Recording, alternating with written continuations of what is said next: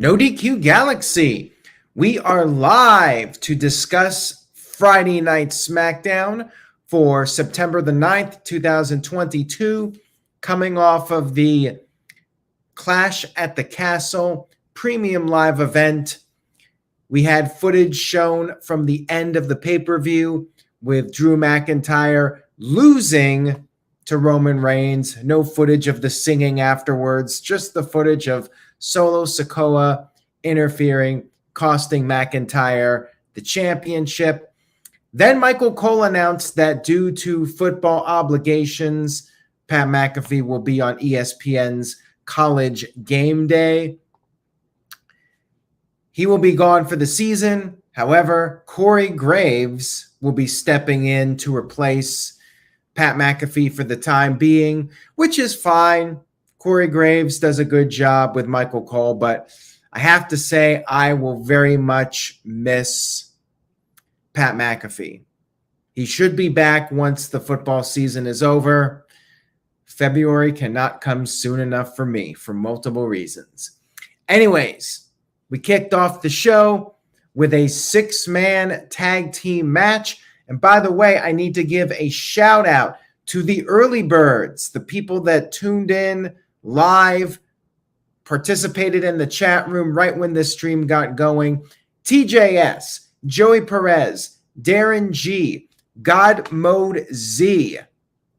Thank you guys for tuning in. Nick Lavin, Michael Wayne, Caleb Jacobs, CC Drink, Ken Terminates DQ, Stevo, David Estevez. You guys are awesome.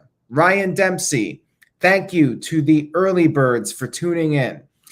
Brawling Brutes versus Imperium to kick off the show. I'm mad because at the beginning of Imperium's entrance, we got a snippet of their old theme song. Very brief, and then it went to the new theme song. I wish they just went back to the old theme for Imperium. That would have been badass. Dr. Dakota Scorpio with a $2 super chat. Thank you for that. Says, the countdown to Sammy getting kicked out begins, LOL. Well, I think the countdown has been on, but it's definitely continuing with the little teases here and there. And speaking of teases, so pretty early on in the match, Gunther was teasing Sheamus. Sheamus tagged in, got a big pop, but then we went immediately to a commercial. What? You go to a commercial when these guys are in the ring at the same time? Nice tease there. Good job, WWE. So after the commercial break, Sheamus was back on the apron, and Gunther took a cheap shot with a boot, knocking Sheamus to the outside. And then Gunther continued to interfere and take cheap shots when the referee wasn't looking. Eventually, Sheamus got his hands on Gunther. They started fighting, but the other guys quickly broke up the fight. We had another commercial break, so this was a lengthy match. Pete Dunne, Butch, had been beat down for a while, and he was able to tag in Sheamus, who got a massive pop. Sheamus was way over as a babyface on this show. Shocking, right? Well, not really, because they had a hell of a match at the premium live event.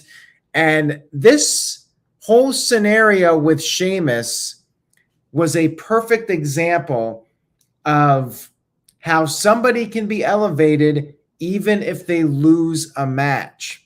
Sheamus lost, but he's arguably more over now than he was before that match. Like, crowd was very much into him. He came in, did the not 10 beats to Kaiser, but the 25 beats to Kaiser.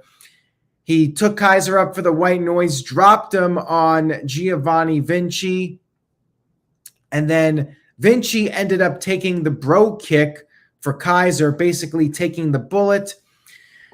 Ridge Holland tagged in, and he hit the lariat to Kaiser, but then Gunther broke it up. Sheamus and Gunther were in the ring. They traded blows. Crowd was going nuts for this. things started to break down, and Vinci hit a brain buster to Butch, and then Imperium double-teamed Ridge Holland with the Imperium bomb and got the win to show their dominance, at least for now. There was a comment earlier from Brandon, will we see Gunther versus Sheamus too? I think it's got to happen. I don't know if it's going to be Extreme Rules or not, but one would think that we are going to see that match again at some point. They were really teasing us on this show. Or maybe even a 6-man match with these guys, no holds barred, something like that. We got to get a no holds barred match with these guys for sure. Walter sent in a $5 super chat, the big baller of No DQ 2.0. He said, say yes to No DQ, click and share, hashtag stick to my shtick. Sheamus might organically turn face now. Heck, turn the whole group. Yeah, I think they're faces now because of that Clash at the Castle match. And maybe we'll get written in my face again. How awesome would that be if Sheamus came back with his old music and faced Gunther one more time? That would be awesome. They could do a lot of matches with these guys. They could do a 6-man no holds barred match. But yeah, certainly at some point, we got to get Sheamus versus Gunther again. We had a graphic in memory of Queen Elizabeth, who passed away this week. Then we had the Usos come into the ring with Sami Zayn. Zayn had everybody throw up the ones, and the Usos talked about how Drew McIntyre did not know how deep the bloodline runs. They introduced Solo Sikoa. A little video package was shown from his NXT highlights. He said that if you come for his family, he comes for you. And he said the bloodline has gotten bigger and stronger now.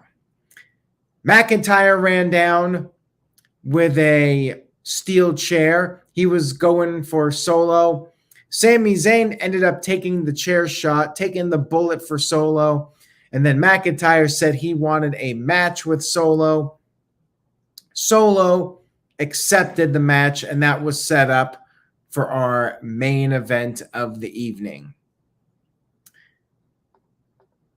We had a non-title match, the champions Raquel Gonzalez and Aaliyah going up against Toxic Attraction, appearing for the first time since they were in the tournament, and then Gigi Dolan was not cleared and they were pulled from the tournament. Pretty basic match here, not much to say about it. It was essentially a showcase match for the champs. Toxic Attraction did get in some offense, and then JC Jane got pinned with the choke slam bomb by Raquel. Build up your tag team champions for Monday's Raw. I'm sure Toxic Attraction will get another day. I feel like this wasn't actually a call-up because Mandy Rose is not there. One would think that the three of them will be up, and Mandy Rose was already on the main roster, but one would think once Mandy Rose is back on the main roster, it'll be a full-blown call-up for Toxic Attraction. We had Michael Cole making an announcement about Ronda Rousey, and tell me you guys if this sounds familiar. So according to Cole, Ronda Rousey has been disciplined internally.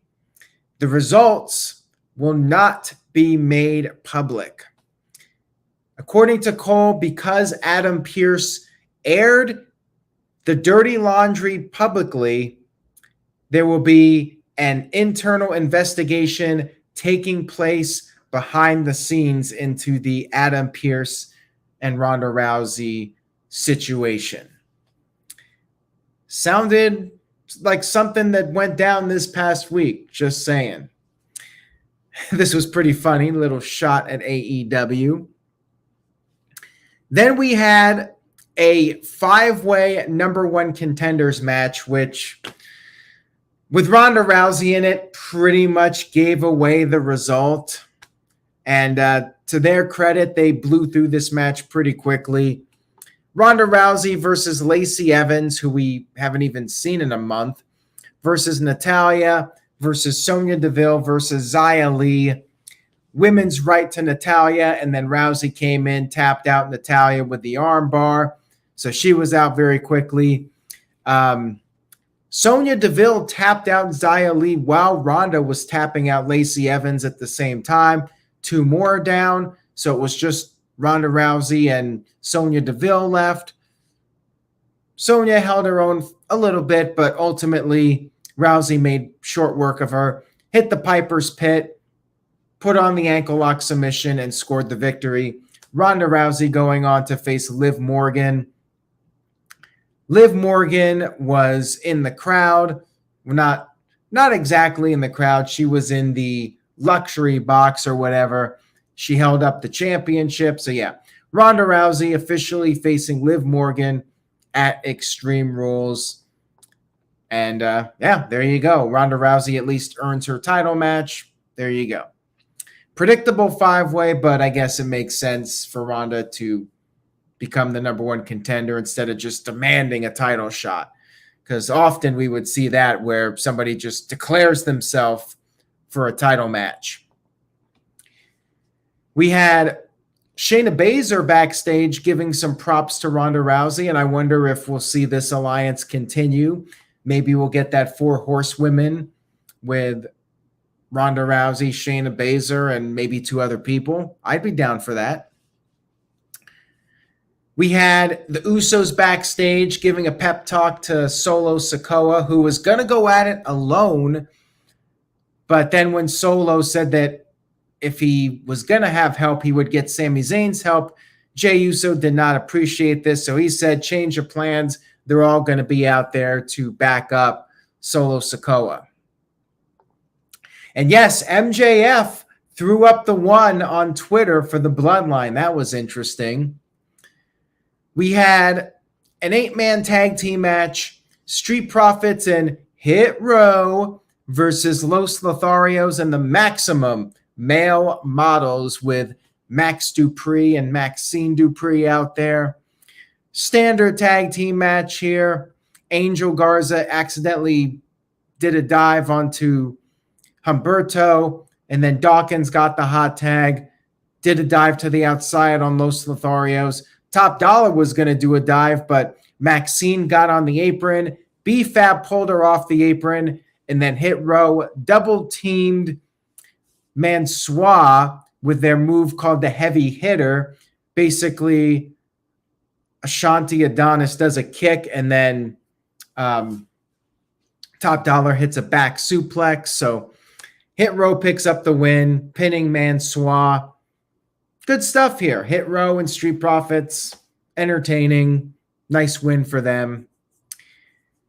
We had a Braun Strowman video package showing all the crazy things he's done over the years. He's had a lot of moments. Tipping over cars, throwing Shane McMahon off the cage, all that wild stuff that he's done. And we had the Alpha Academy coming out for a promo to crash Braun Strowman's return. You had Chad Gable saying that they had the match won, and then Chad Gable insulted Seattle for losing the Supersonics. And if you guys remember, Elias a few years ago was ripping into Seattle and their sports teams, got massive heel heat. And once again, not at that level, but a lot of heat for Chad Gable. And this was a hot crowd in Seattle. This might have been WWE's first televised show in Seattle since live touring. I'm not sure. I don't remember the last time. Michael Wayne, you know all these stats. Was this the first televised WWE event in Seattle since the return of live touring? Find that out for me and get back to me. But anyways, of course, as you would expect, Braun Strowman showed up. Michael Wayne says 4 years ago, so there you go. I figured it was a while. And I know that they were doing renovations at the Key Arena. And then we had the pandemic, of course. Braun Strowman came out. Braun Strowman has new music, which I will give them credit, not the worst new entrance by Death Rebel, whatever they're called. I still miss the old school theme songs, but maybe it's for the best. With this being a new Strowman coming back, maybe it's time to give him some new music. It was fine. It wasn't that bad. It was decent. It'll be fine. I'll get used to it. Anyway, Strowman came out there, and as you would expect, beat down Alpha Academy. Otis got in a little bit of offense, but then Strowman got the upper hand. Strowman powerbombed Chad Gable, and then even more impressive, he actually picked up and powerbombed Otis. Crowd was going nuts, of course, for all this. So good stuff here with Strowman. Drew McIntyre was interviewed backstage. He said he's not the champion because of Solo Sikoa, and Solo is not going to like the consequences of his actions. We had our main event, Drew McIntyre versus Solo Sikoa.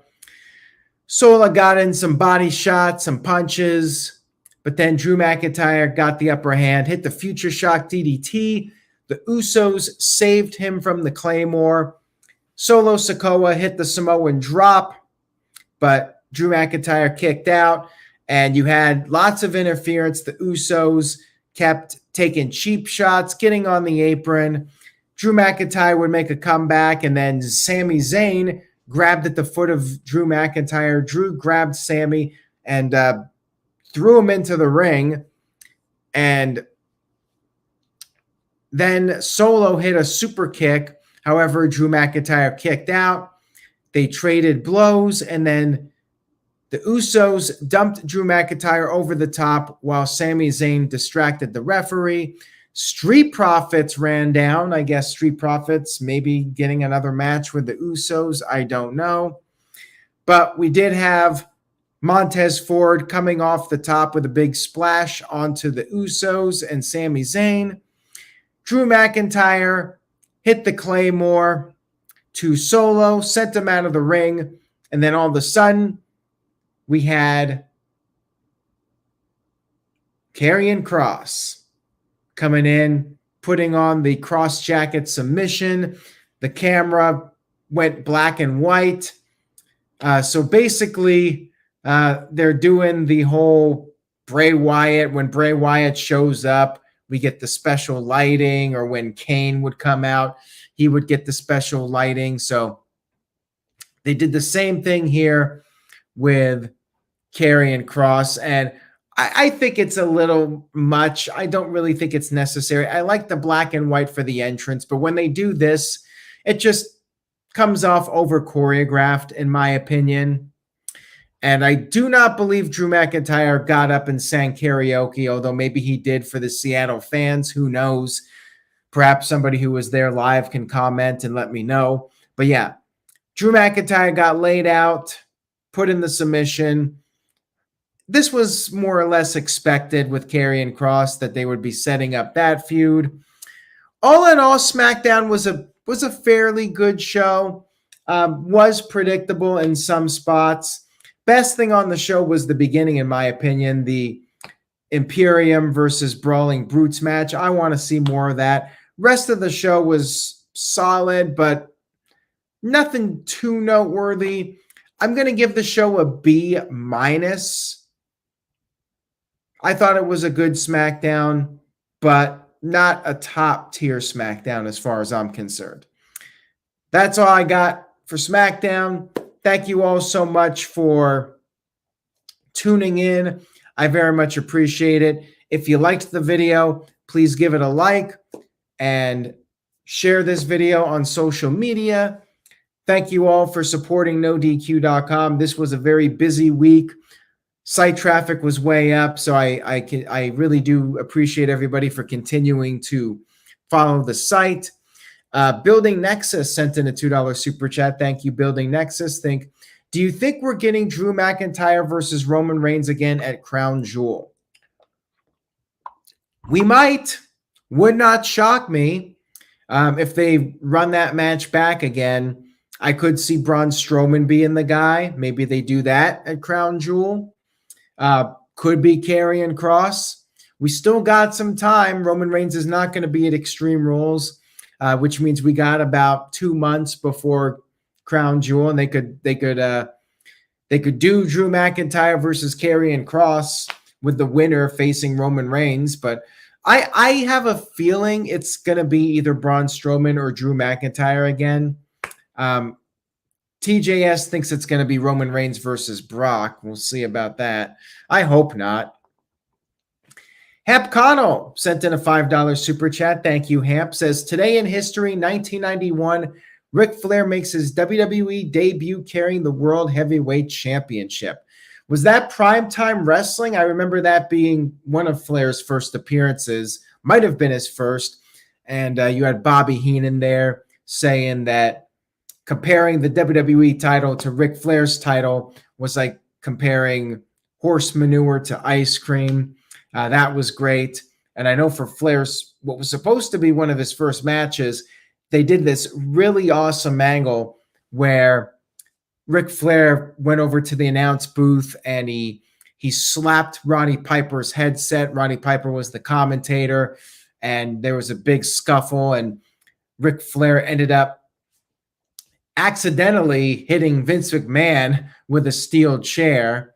Or maybe it was Piper. It might have been Piper, but Vince got laid out with a steel chair, or whatever that chair was, one of the announce chairs. It was a great angle. Vince taking a bump was something that you never saw back in that era. So watch it. Look for it on YouTube. Ric Flair, Roddy Piper, Vince McMahon. Awesome angle. And Oofman Entertainment with a $5 super chat. Thank you for that, Oofman. I appreciate the long-time viewership, my friend. Says, it's my birthday on Sunday, the big 4-1. Well, happy birthday to you. I hope you have a great one. And I'll be turning 40 in November, so I'll be joining the 40s club very soon with you. Have a great birthday. Have a great weekend, Oofman. Appreciate you very much. I acknowledge you. And yeah, it was Piper, and it might have been a wooden chair, not a steel chair. So thank you for that, Oofman. Have a great weekend, everybody. Stay safe. Take care. And I will be back Monday night. We'll get right back into it with a new week. If there's any more breaking news, NoDQ.com will keep you updated. Take care, everybody. And remember to say yes to NoDQ.com. See you all next time.